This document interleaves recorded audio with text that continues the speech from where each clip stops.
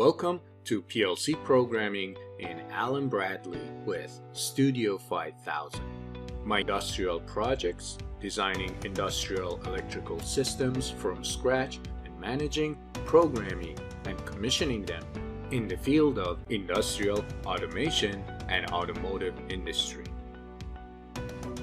In this course, you will learn the fundamentals of PLC programming using Studio 5000 from Rockwell Automation, also known as Allen Bradley. This course is ideal for anyone who wants to learn from scratch or refresh their knowledge as a PLC programmer. I will cover all the topics in the most efficient and effective way without cutting back on the valuable content to make it worth your time in every sense.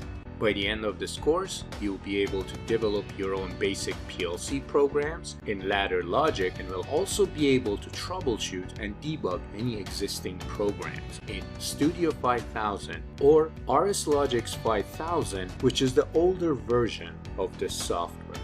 We will start the course by explaining the history of Allen Bradley and the software progression. Then we will explore the software environment of Studio 5000. We will cover all the basic programming elements of ladder logic.